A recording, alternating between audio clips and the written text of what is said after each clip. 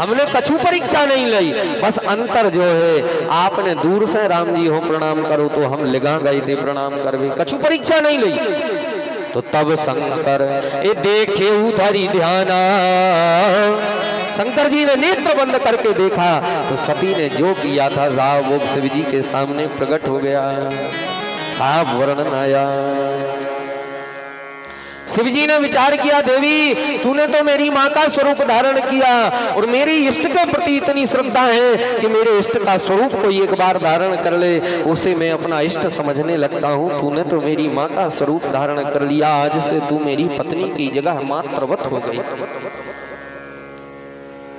ये शिव जी ने मन ही मन संकल्प कर लिया। मैं नहीं कह रहा हूं, रामचरितमानस की चौपाई देखिए। शंकर जी ने क्या कहा कि ये ही तन कर फल दिशे न भाई, स्वर्ग स्वल्प सत्य ही कीना। आकाश और पाताल एक हो सकत, लेकिन सती और शंकर अब कबहू एक नहीं हो सके। देवताओं ने जब शंकर जी की प्रतिज्ञा देखी कि वारे प्रभु भोले बाबा तेरी इष्ट के प्रति क्या श्रद्धा है कि तेरी पत्नी ने एक बार तेरी माँ सीता का स्वरूप धारण कर लिया, जीवन भर के लिए तूने उसने अपनी माँ को धारण कर लिया। देवताओं ने पुष्प वर्षा की, भोले बाबा की जय जयकार किया। और इधर साहब वर्णन आया,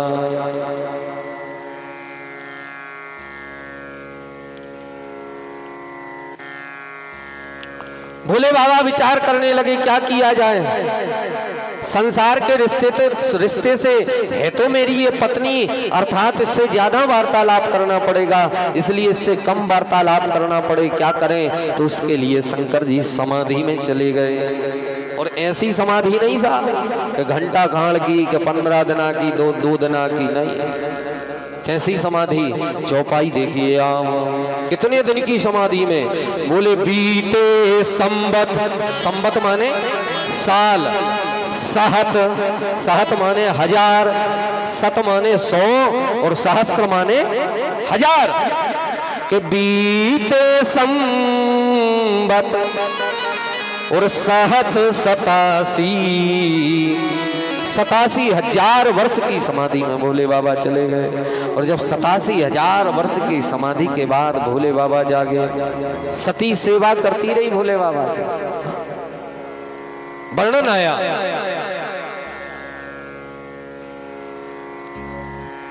शिव जी के मुंह से तत्काल निकला क्या, जैसे ही 87,000 वर्ष की समाधि त्यागी तो समाधि में से जागने के बाद मुंह से निकला राम राम।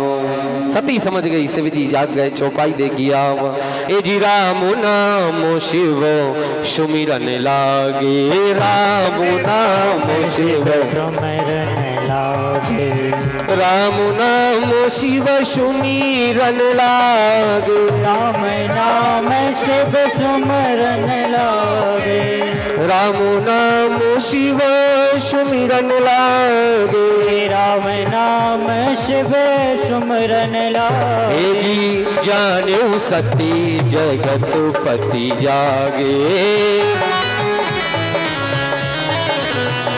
हाँ जी जाने सती जगत पति जागे। साहब वर्णन आया, जैसे ही मुंह से राम निकला सती दौड़ी कि भोले बाबा समाधि से जाग गए। और जैसे ही भोले बाबा ने देखा कि सती आ गई तो भोले बाबा ने सती को बिठाया। अच्छा, पत्नी को कहाँ बिठाते हैं? बामांग में बिठाते हैं, बाजू में बिठाते हैं कि नहीं? सामने किसको बिठाते हैं? अपने सामने सम्मानीय व्यक्ति को बिठाते हैं। भगवान शिव ने अब सती को कहाँ बिठाया? चौपाई देख लीजिए कि सन्मुख शंकर आसन दीना, सामने बिठाया माता सती को। क्यों? क्योंकि इसने मेरी माँ का स्वरूप धारण किया, इसलिए मेरी सम्मानीय हो गई। पत्नी को तो बाएं भाग में या बाजू में बिठाते। पत्नी केवल 3 जगह बामांगी होती है, चौथी कहीं नहीं बामांगी होती। हमेशा पत्नी को दाहिने अंग में ही बिठाना चाहिए पति के। कहाँ कहाँ? अभिषेक में शंकर जी के, राम जी के, हनुमान जी के, कृष्ण जी के अभिषेक करत में नहीं, यजमान का अभिषेक आचार्य करता है, आशीर्वचन देता है। वहां पत्नी को बाएं भाग में बैठना चाहिए। और दूसरा बोले विवाहे चो, दूसरों ब्याह में, हाँ है खबर दादा, लोट पटा में, हाँ। और तीसरा बोले विप्रपाद प्रक्षालनी, ब्राह्मण और संतों के जब चरण पखारें तब अपनी पत्नी को वामांग में करें, अन्यथा प्रत्येक पूजन कृत्य में अपनी पत्नी को दाहिने अंग में ही बैठाना चाहिए, ऐसा वेद भगवान कहते हैं। भगवान शिव ने अपनी पत्नी सती के लिए सामने बिठाया, सन्मुख शंकर आसन बीना। भगवान शिव ने देखा कि मैं कितने दिन की समाधि में गया, तो सती कहने लगी प्रभु आप 87,000 वर्ष की समाधि में चले गए। तो शिव जी ने देखा कि सती तो बिल्कुल दुर्बल हो गई है, क्या करे। अब जब आदमी डूब रहा हो तो डॉक्टर के लो आज दवाई करवाते हैं, बाटले चढ़वे हो, ताकत के इंजेक्शन लगवे। अब उस समय में तो ये व्यवस्थाएं थी नहीं, केवल मंत्र चिकित्सा ही चलती थी। शिवजी मंत्र चिकित्सा करने लगे, कहने लगे देवी चिंता मत करो, हम तुम्हें पुष्ट कर देते हैं, पुनः ज्यों का त्यों कर देते हैं। और क्या है उसके ज्यों का त्यों करने का उपाय, बोले भगवान की कथा। शिवजी माता सती को पुनः दिव्य राम कथा सुनाने चलते हैं। और जैसे ही राम कथा प्रारंभ हुई उसी क्षण आकाश मार्ग से देवताओं के विमान उड़ करके जा रहे थे। सती ने ऊपर देखा, बोले भोले बाबा जी विमान कहाँ जा रहे हैं। शंकर जी कहने लगे काय देवी तुम जो विमानियां देख रही कि भगवान की कथा सुन रही है?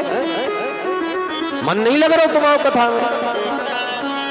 सती कहने लगी हाँ मन तो लग रहा हो। बोले बाबा बता दे कहाँ जा रहे, बताए मैं तुम्हारा कहा पर आ रहा हूँ, पर सुनत नहीं कथा। तो बोले सुनो ये विमान और कहूँ नहीं तुम्हारे पिताजी के घरे जा रहे हैं। बोले हमारे पिताजी के घर? हाँ क्यों?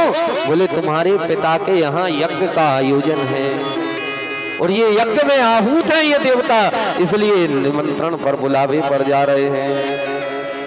सती कहने लगी बड़ो विशाल यज्ञ कहाँ नो? बोले हाँ लेकिन देवी यह यज्ञ केवल शिव के अपमान करने के निमित्त रखा गया है, आप जाओगी? बोले भोले बाबा जाऊंगी, मेरे पिता के यहाँ यज्ञ है तो जाएंगे।